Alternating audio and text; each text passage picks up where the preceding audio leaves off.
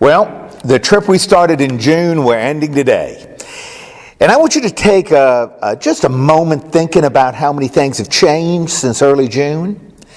Good night. On June 3rd, do you realize this? On June 3rd, the Sunday we started this series, we were looking at a clear day with the temperature in the low 80s. And today there's supposed to be clouds and a high of maybe 45. And on June 3rd, even though they had lost to the Cardinals, the Pirates were above 500.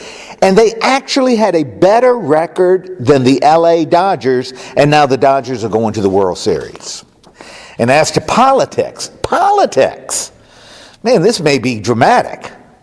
On June 3rd, American political leaders in both parties were acting like a bunch of children and calling one another nasty and juvenile names. And now, American political leaders in both parties are acting like a bunch of children and calling one another nasty and juvenile names.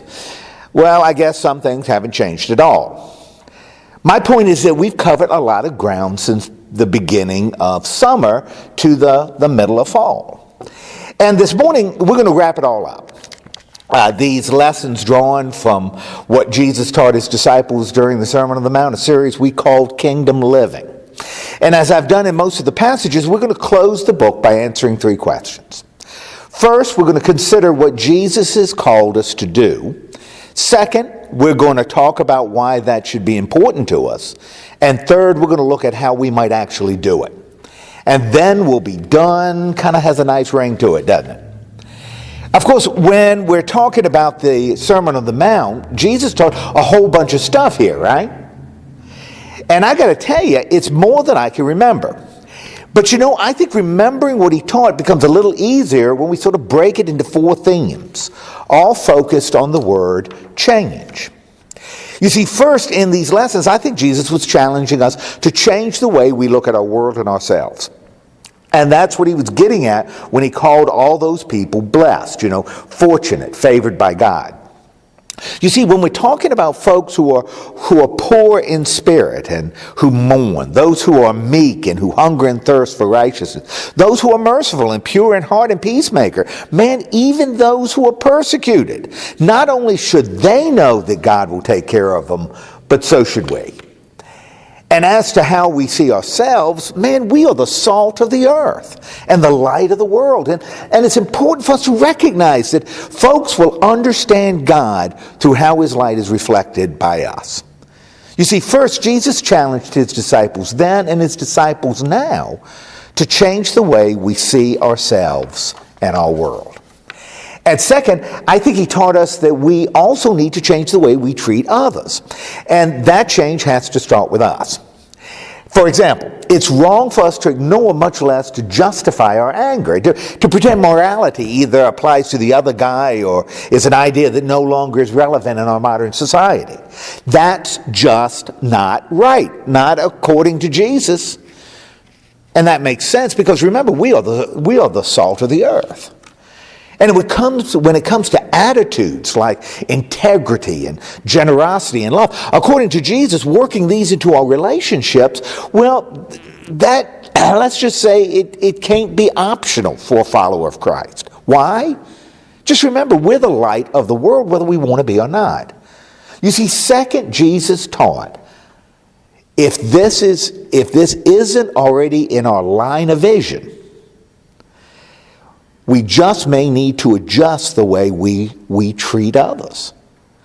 And that's the second change we may need to make. And third, I think that, and I think this is directed right at what Christians not only do, but also like to talk about doing. I think Jesus challenged us to change the way we relate to God.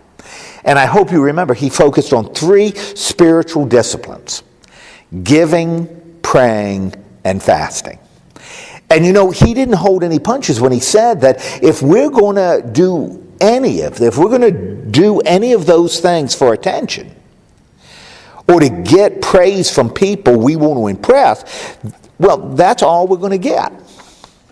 But if our focus is actually on God, not to win friends and influence people, then we'll have no problem giving in secret and praying in private and fasting with joy. And since prayer must have had a special place in the heart of Christ, He not only gave us a sample prayer to pray, he also told us point blank that we better not ask God to forgive us if we're not willing to forgive others. You see, although those spiritual things we do may be great, our desire for recognition may actually drain them of any meaning. And so we may have to change the way we relate to God. And that's number 3. And fourth, I believe Jesus challenged us to change some of the stuff that we allow to happen on the inside. And I've got to tell you, as a guy who's read more than his share of self-help books, what Jesus is saying here is pretty good advice. For example, remember what he said about using our possessions? You know, how we should build up our treasures in heaven, and remember that where our treasures are, our heart will also be. And remember how he talked about all that business about anxiety, you know, the anxiety we feel and the worrying we do. You know, how it's a big fat waste of time because God is actually the one in control and he's going to take care of his children. And of course, remember how he said we have it in our power to stop being so judgmental, and how we could keep going and become smarter if we decide to do it. You see, all this stuff really deals with what we have going on inside. And if it's what's inside that's getting us into trouble or preventing us from being everything we were created to be, well, making some changes just makes sense. And right after talking about the way we look at ourselves and our world and the way we treat others and the way we relate to God, this is something we can change too. It really comes down to change. I believe that's exactly what Jesus taught us in the Sermon on the Mount. And why should any of this be important to us? Well, I think we can understand that by looking at the 2 verses that followed these lessons. Now, when Jesus had finished saying these things, the crowds were astonished at his teaching, for he taught them as one having authority, not as his scribes. You see, right here is the answer to why we should listen. It's because Matthew told us that Jesus spoke with authority. And for him, there were 3 reasons why the kind of authority Jesus used was important. You see, first, this authority came directly from God. And we can know that based on what Jesus said right after he was raised. Now, the 11 disciples went to Galilee, to the mountain to which Jesus had directed them. When they saw him, they worshipped him, but some doubted. And Jesus came and said to them, all authority on heaven and earth have been given to me. Go therefore and make disciples of all nations, baptizing them in the name of the Father and of the Son and of the Holy Spirit, and teaching them to obey everything I have commanded you. And remember, I am with you always to the end of the age. You see, Christ's authority is from God. And that's one reason why it's important. And second, this authority involves great power. For example, when he was confronted with a paralyzed man, Jesus said, but so that you may know that the Son of Man has what? Authority on earth to forgive sins. He then said to the paralytic, stand up, take your bed, and go to your home. He stood up and went to his home. When the crowd saw it, they were filled with awe, and they glorified God who had given such authority to human beings.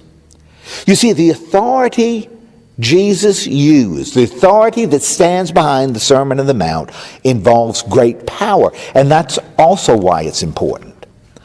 And third, according to Matthew, Jesus shared and shares this authority with us. Then Jesus summoned his 12 disciples and gave them authority over unclean spirits to cast them out and to cure every disease and every sickness. These 12 Jesus sent out with the following instructions. Go nowhere among the Gentiles and enter no town of the Samaritans, but go rather to the lost sheep of the house of Israel. As you go, proclaim the good news. The kingdom of heaven has come near. Cure the sick, raise the dead, cleanse the lepers, cast out demons. You see, we share in Jesus' God-given, miracle-making authority. And I'll tell you, since Matthew wrote that the Sermon on the Mount was grounded in this authority, no other, but this authority, that's why we should listen. But you know, we really need to do more than just listen. For our sakes and the sakes of everybody around us. I think we need to do more than just hear the words.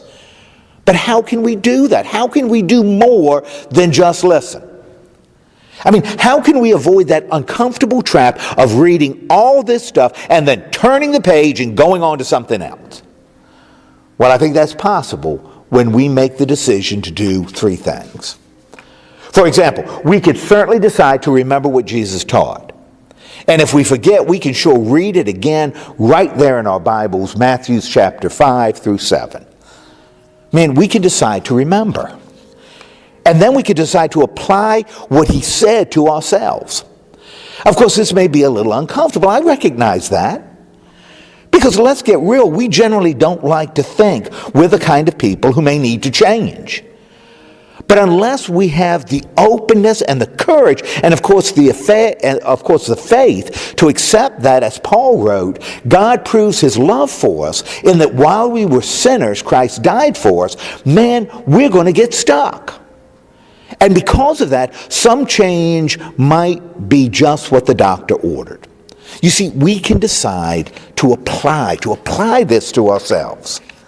And then finally, when everything else is done, we can decide to act. And isn't that where the rubber hits the road? I mean, let's face it. After remembering and applying, we could still end up kind of frozen and confused. And if that happens, I'm not sure we're much better than that ape on the cover of the bulletin, who just doesn't know what to do next. And I don't know about y'all, but I sure don't want to see myself as an ape. We can decide to remember. We can decide to apply. Man, we can decide to act. And that's how we might actually do what Jesus taught. So here we are, finished with a series, but still left with a choice.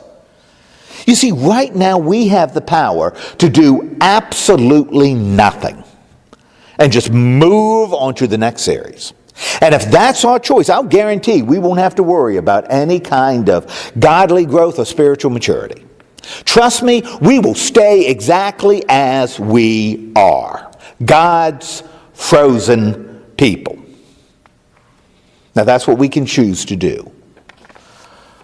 Or we could choose to take what Jesus taught his disciples in the Sermon on the Mount, and we can appreciate that it's grounded in Jesus' authority, and that's why it should be important to us. And then we can decide to remember and to apply and to act. In other words, we can choose to live as citizens of heaven. We can choose some good kingdom living. Amen.